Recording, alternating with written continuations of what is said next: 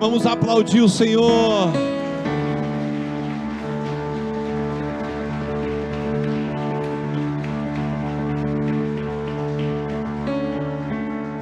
Diga glória a Deus.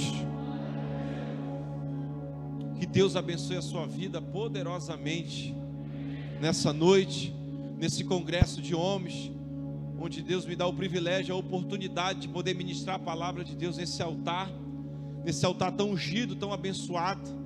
Eu já quero agradecer meu amigo, o pastor Cláudio, pastor Erilto, pela oportunidade de poder estar junto com vocês aqui, nessa tarde e noite, e poder trazer uma palavra direto do coração de Deus para a sua vida, amém? E eu quero falar hoje sobre os atributos de um homem de Deus, dentro desse tema, gerando homens fortes em tempos difíceis. O tempo que nós estamos vivendo é um tempo difícil, mas eu creio que Deus te trouxe aqui porque Ele quer te levantar uma vez mais nessa cidade, para fazer a diferença, amém? Abra a sua Bíblia, no livro de 1 Reis, capítulo 17, versículo 24, apenas esse versículo.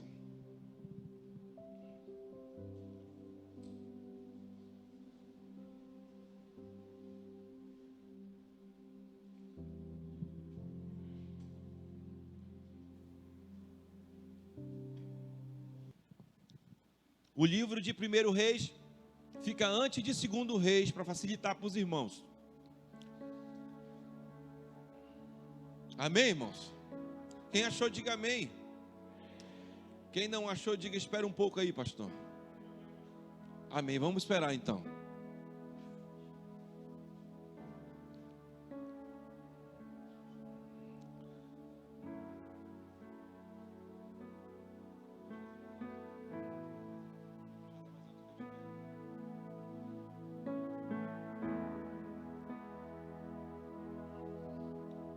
Esperar os irmãos encontrar. Enquanto os irmãos estão procurando, vamos orar. Pai, fala conosco nessa tarde e noite, através da tua bendita e poderosa palavra. A tua palavra que tem poder de libertar o homem da condenação, do juízo e do pecado. Meu Deus, que a tua palavra que vai ser ministrada, que não é minha palavra, tua palavra, possa ser semeada no nosso coração, a ponto de causar mudança, transformação, a ponto que saiamos aqui, meu Pai, inconformados com a vida que temos levado diante da Tua presença, que saiamos aqui uma vez mais, Senhor, apaixonados pela Tua palavra e pela Tua presença, que o Teu Espírito Santo tome o primeiro e o último lugar nesse congresso. Cerca essa igreja por dentro e por fora, que os Teus anjos estejam acampados ao nosso redor, e que esse lugar seja pequeno para o tamanho da glória que vai ser derramada nessa noite, em nome do Senhor Jesus. E todos digam amém. 1 Reis capítulo 17 versículo 24 diz assim: Então a mulher disse a Elias: Nisto conheço agora que tu és homem de Deus, e que a palavra do Senhor na tua boca é verdade. Vamos ler novamente? Então a mulher disse a Elias: Nisto conheço agora que tu és homem de Deus, e que a palavra do Senhor na tua boca é verdade. Diga amém. Levante sua mão direita e diga assim comigo: tempos bons criam homens fracos, tempos difíceis criam homens fortes. Deus está levantando uma geração de homens fortes aqui nessa noite. Deus está levantando em Garapé-Açu uma geração de homens fortes, homens que vão fazer a diferença nessa cidade, homens que vão ganhar pedido a qualquer custo, homens que vão amar, meu Pai, a tua igreja, homens, meu Pai, que vão fazer a diferença. Tome seu assento, aplaudindo, glorificando, exaltando, bendizendo o nome do Senhor.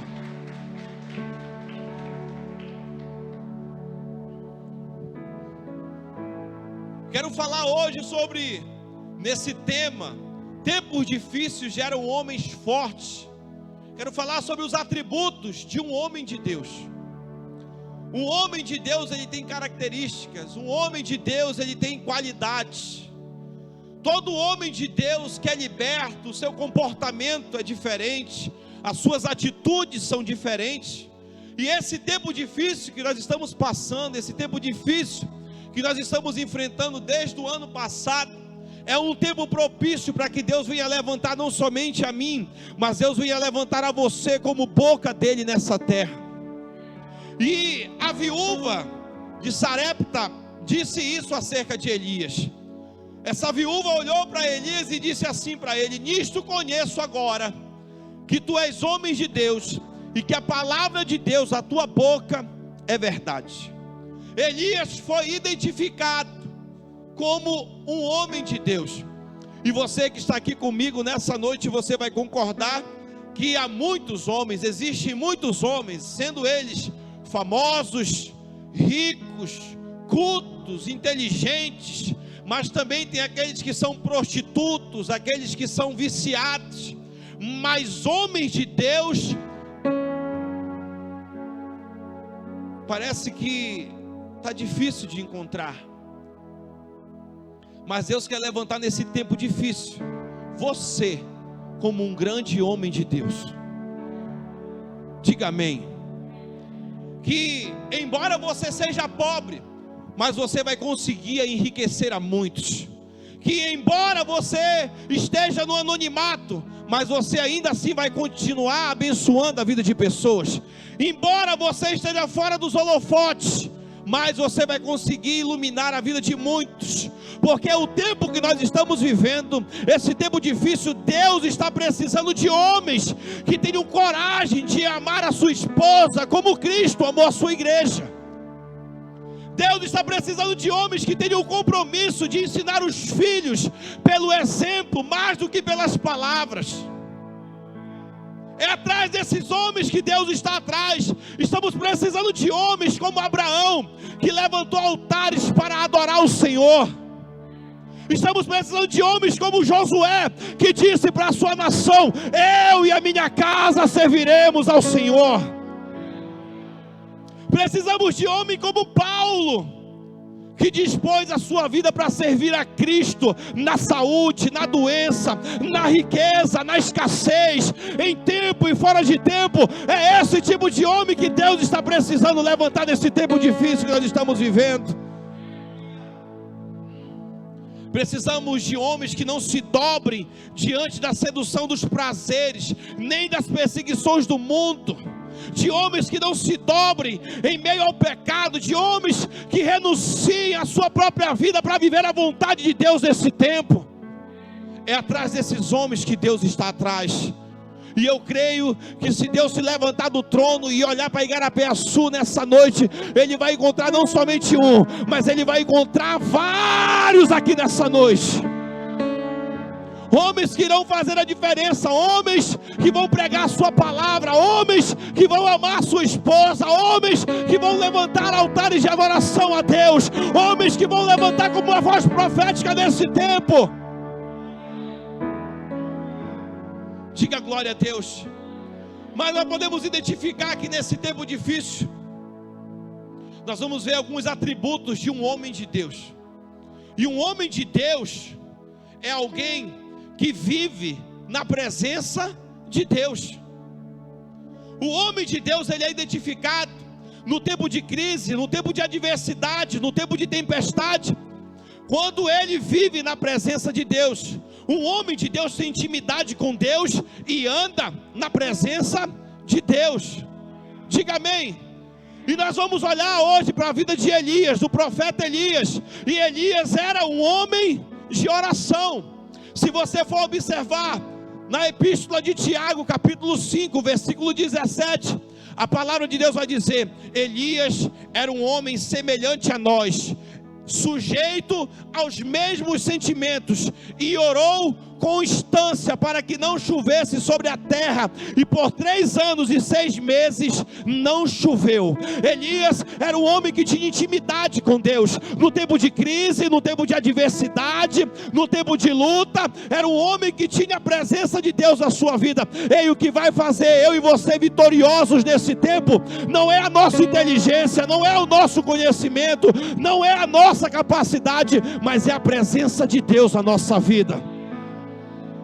Você e eu não passamos de um vaso de pó, barro e cinza. O que nos faz grande é a presença dele na nossa vida.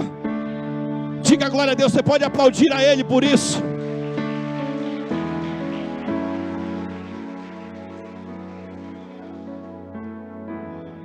Pela oração, Elias, ele contemplou grandes intervenções de Deus na sua vida e na vida do povo de Israel. Olhe para cá.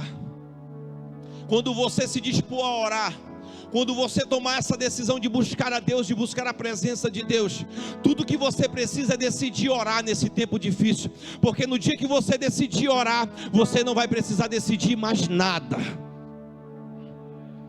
Você não vai precisar decidir mais nada, porque assim como Elias, ele contemplou as intervenções de Deus na vida dele, na vida do povo de Israel, assim também vai ser na sua vida. Você vai contemplar as maravilhas, as manifestações de Deus na sua vida e na sua casa, no meio da sua família. Quem está entendendo, diga glória a Deus. E hoje uma das maiores necessidades nesse tempo difícil que nós estamos vivendo é de homens que conheçam a intimidade de Deus e vivam na sua presença. Hoje a maior necessidade é de homens que dependam totalmente da presença de Deus.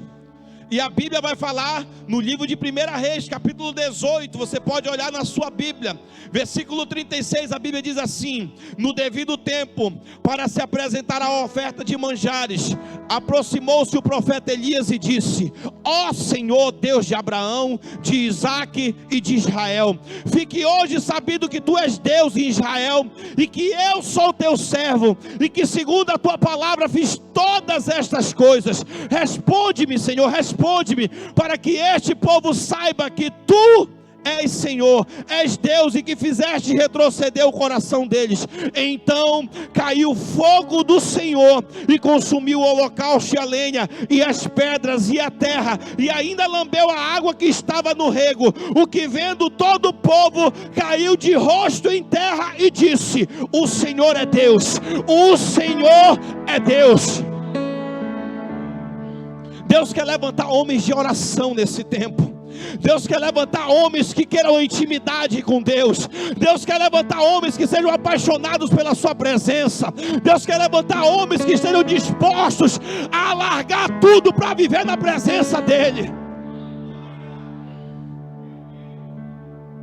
Você está entendendo? Nesse tempo difícil que nós estamos vivendo, Deus quer levantar homens de oração. Deus quer levantar homens ousados. Deus quer levantar homens corajosos. Deus quer levantar homens que não se dobrem diante do pecado. É esse tipo de homem que Deus quer levantar aqui em Garapé-Sul. Deus pode contar com a sua vida nessa noite, diga amém. Deus pode usar a sua vida, Deus pode usar a sua vida. A sua vida está a serviço do Rei, a sua vida está a serviço do Senhor. Então levanta tuas mãos e aplauda Ele nessa noite.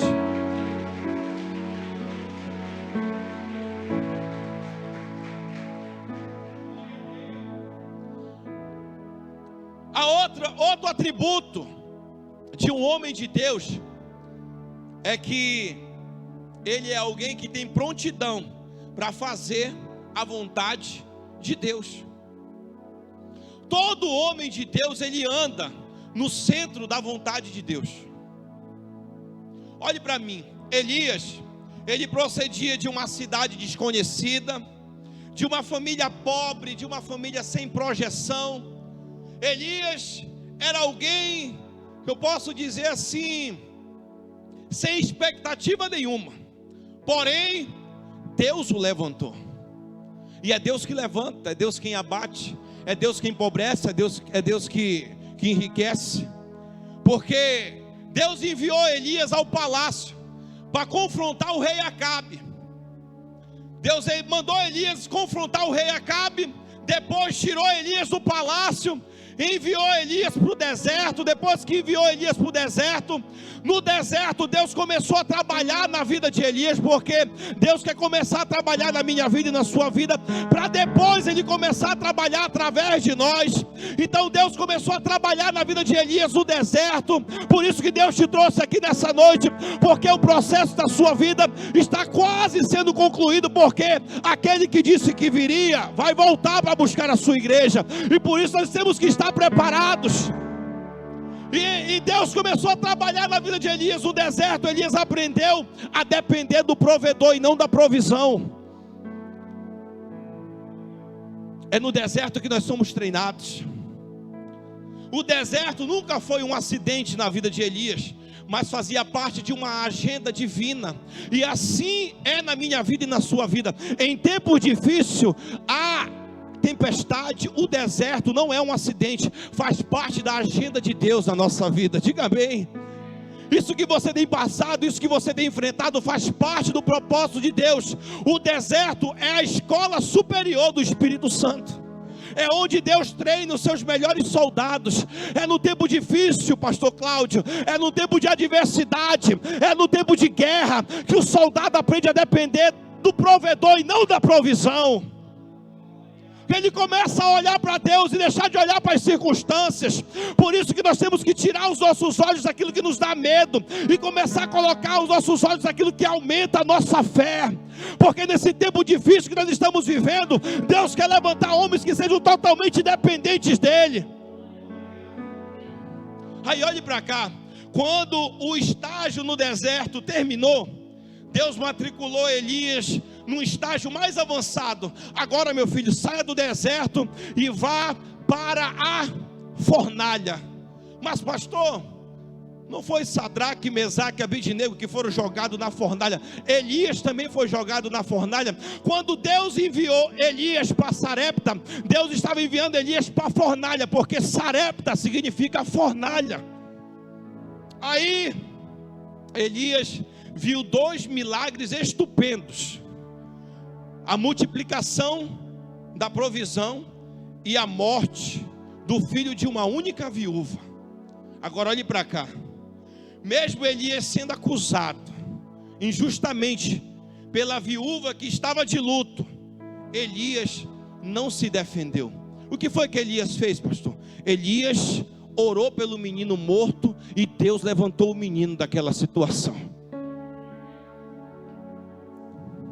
É nesse contexto que a viúva de Sarepta diz: nisto conheço agora que tu és homem de Deus e que a palavra de Deus na tua boca é verdade. Você vê que Elias teve que ir para o deserto, depois foi matriculado, foi enviado para a fornalha, para poder experimentar milagres extraordinários. Olha, querido, em tempo de bonança não tem como a gente medir a nossa fé, mas em tempo de escassez, em tempos de crise, nós vamos experimentar milagres extraordinários do Senhor. Nós vamos experimentar o sobrenatural do céu na nossa vida. Por isso que Deus me trouxe aqui nessa noite para te dizer: Deus quer te levantar nesse tempo para você olhar para Ele. Pare de olhar para as circunstâncias, pare de olhar para as lutas e comece a orar para aquele que te chamou, para aquele que te ungiu, para aquele que te escolheu, para aquele que se responsabiliza por aquele que chama. Você pode aplaudir o Senhor?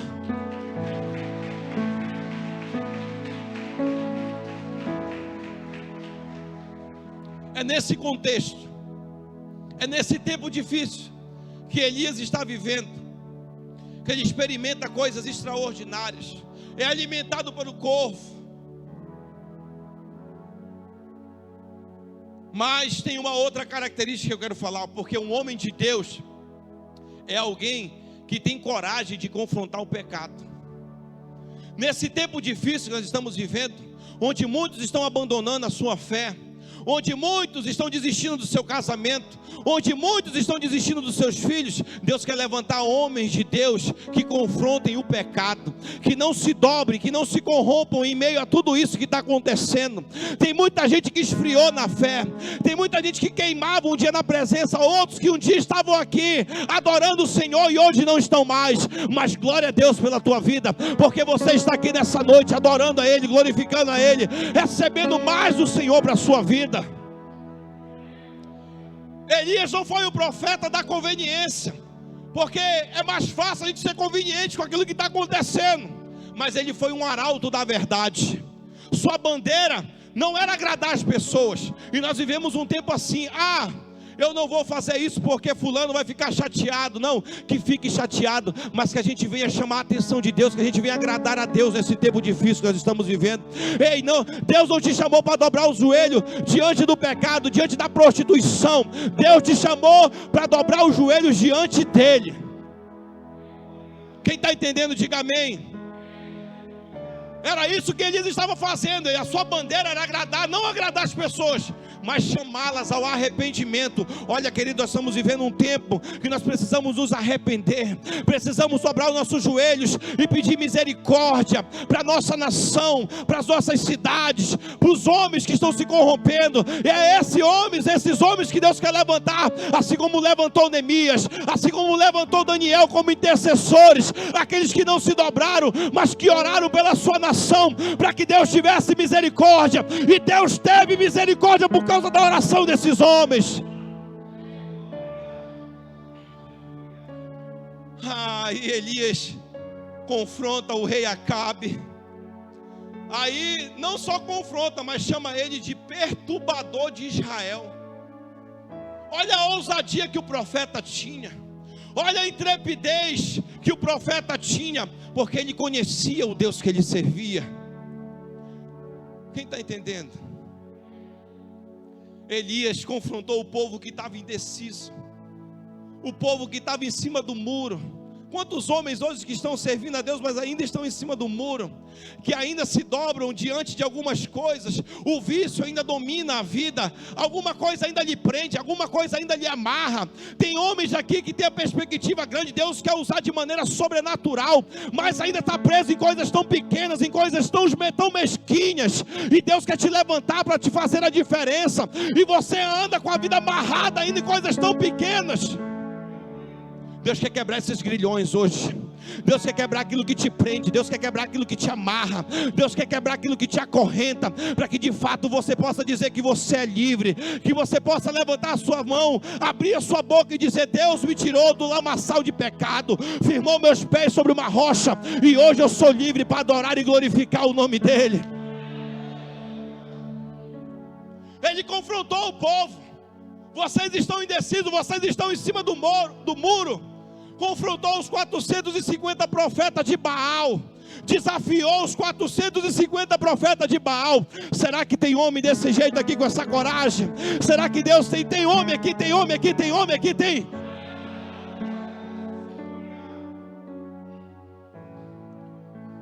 Meu Deus, precisamos de homens que sejam boca de Deus nesse tempo.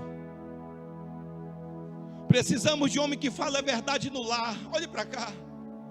Precisamos de homem que fale a verdade na sua casa, para sua esposa, para os seus filhos. Precisamos de homens que falem a verdade na igreja. Precisamos de homem que fale a verdade na rua.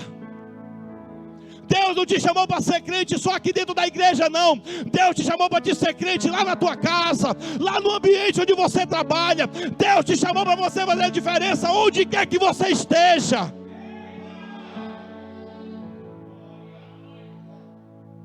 Homem fraco que se dobra diante do pecado, homem fraco que se seduz por coisas tão pequenas, mas quem sabe o que quer? Homem forte sabe o que quer, sabe onde quer chegar, conhece o Deus que serve. Quem está entendendo? Que Deus nos dê homens aqui nessa noite do estofo de Elias, que Deus nos dê homens aqui da capacidade de Elias. Diga amém, diga glória a Deus. Que Deus levante homens aqui nessa noite, ousados assim como Elias era. Diga: meu Deus. Aí sabe qual é o quarto atributo, ou característica, ou qualidade de um homem de Deus? É alguém que prega a palavra com a voz e com a vida. Olhe para cá. É alguém que prega a palavra de Deus com a voz e com a vida. Ele é o reflexo daquilo que ele fala. Tem muita gente que fala bonito, mas na hora de viver, na hora de praticar, não faz. Por isso que a viúva de Sarepta disse que a palavra de Deus na boca de Elias era verdade. Era verdade aquilo que Elias estava falando, porque nem todas as pessoas que proferem a palavra de Deus são boca de Deus. Você está entendendo? Nem todos que falam em nome de Deus são boca de Deus. Uma coisa, querido, é você proferir a palavra de Deus. A outra coisa é você ser boca de Deus. E eu quero ser boca de Deus na sua vida hoje e declarar que aquilo que lhe prende, aquilo que lhe amarra, aquilo que impede você de avançar, aquilo que impede você de crescer, aquilo que impede de você viver o sobrenatural de Deus nesse tempo difícil, aquilo que prende as tuas finanças, aquilo que amarra a tua vida, está caindo por terra hoje. Levante sua mão direita e diga comigo: a partir de hoje, eu vou viver um novo tempo. Diga: eu vou viver um novo tempo. No meu ministério, na minha casa, na minha família, em todas as áreas da minha vida, eu vou viver um novo tempo.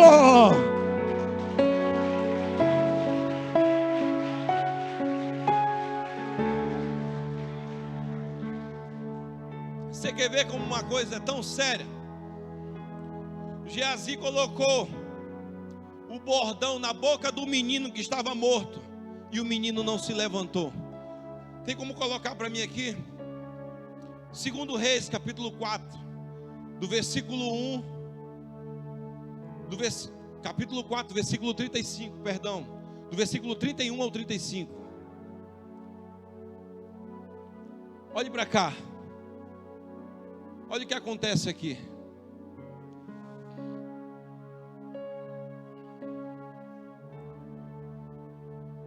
Geazi passou adiante deles e pôs o bordão sobre o rosto do menino, porém não houve nele voz nem sinal de vida. Então voltou a encontrar-se com Eliseu e lhe deu o aviso e disse: o menino não despertou. Versículo 32. Tendo o profeta chegado à casa, eis que o menino estava morto sobre a cama. Então entrou, fechou a porta sobre eles ambos e orou ao Senhor. Subiu à cama, deitou-se sobre o menino e pondo-se a boca sobre a boca dele, os seus olhos sobre os olhos dele e suas mãos sobre as mãos dele, se estendeu sobre ele e a carne do menino aqueceu. Versículo 35. Então se levantou e andou no quarto uma vez de lá para cá e tornou a subir e se estendeu sobre o menino. Este menino espirrou 7 vezes e abriu os olhos. Olhe para cá. Essa é a diferença de quem prega a palavra de Deus com a voz e vive e pratica. Porque Geazi usou o bordão para ressuscitar o menino, mas ele não conseguiu ressuscitar o menino, porque o problema não era o bordão, mas quem carregava o bordão. Esse é o problema nos dias de hoje, que o bordão na mão de Geazi não funcionava, porque a vida de Geazi não era reta diante de Deus, como era a vida do profeta Eliseu. Quem está entendendo o que eu estou falando? Estou falando para você que o problema não é o bordão, é quem carrega o bordão. O problema não é o bordão, mas quem tem a presença de Deus na sua vida, que tem coragem de pregar e viver aquilo que está pregando, que tem coragem de dizer que é homem de Deus e se identificar como homem de Deus, que as pessoas possam olhar para mim, olhar para você e identificar que nós somos diferentes, que há algo diferente na nossa vida. E o que é, pastor, que vai fazer diferença na nossa vida? A presença dele. É a presença dele que vai fazer toda a diferença na nossa vida. Precisamos pregar aos ouvidos e também aos olhos daqueles que estão nos vendo. Nós precisamos pregar e viver, querido, aquilo que estamos pregando. Todos nós aqui temos dificuldades na vida. Todos nós passamos por momentos difíceis na vida. E esses tempos difíceis, eles podem nos equipar ou também podem nos arruinar. Depende de como nós enxergamos a vida. Depende de como você chegou aqui e como você vai decidir sair daqui. Porque eu creio que Deus nos trouxe aqui porque Ele quer nos equipar. Amém? Deus nos trouxe aqui nessa noite porque Ele quer nos levantar para que a gente venha de fato viver de maneira diferente. Diga amém, diga glória a Deus. Você pode aplaudir o Senhor por isso. Você pode ficar de pé no seu lugar.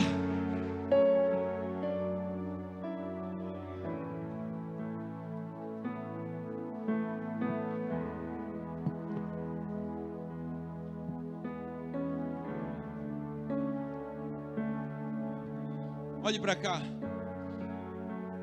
Nós precisamos de homens que tenham coragem de amar a esposa como Cristo amou a igreja.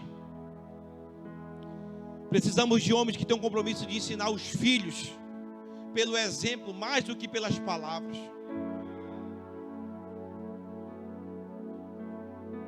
Nós precisamos levantar homens como Abraão, que levantou altares para adorar a Deus. Homens que desejem nada mais do que a presença dEle. Amém, irmãos? Amém? Talvez você diga assim: pastor, mas eu sou de uma família pobre, eu sou de uma família humilde. Olha, Deus não olha para a cor do teu cabelo, nem para a cor da tua pele. Porque quando Deus escolhe, Ele não olha para a nossa beleza, para a cor do nosso cabelo ou para a marca da nossa roupa. Porque quando Deus te chamou, quando Deus te trouxe aqui, Ele não errou quando te escolheu. E por isso eu quero, nessa noite, debaixo da autoridade e da unção de Deus, que está sobre a minha vida, perguntar se tem alguém nessa noite aqui, que gostaria de entregar a sua vida para Jesus. E dizer: pastor, chegou o tempo, Deus vai me levantar nesse tempo. Chegou o tempo, esse é o tempo de Deus para a minha vida. E hoje eu decido viver o propósito de Deus para qual fui chamado. Há muito tempo eu brinquei. Tem alguém nessa noite que gostaria de tomar essa decisão? Pastor, eu quero entregar minha vida para Jesus. Você que há tempo vem na igreja, há tempo tem ouvido a palavra de Deus, e por muito tempo você vem procrastinando, você vem retardando o propósito de Deus na sua vida. Tem alguém nessa noite? Levante sua mão. Ou tem alguém que gostaria de renovar sua aliança com o Senhor? Levante sua mão, eu quero orar por você. Cadê os homens que têm coragem de viver de maneira diferente? Os homens que têm coragem de viver de maneira diferente. Tem alguém nessa noite? Levante sua mão. Preciso orar por você. Sai do seu lugar, vem aqui.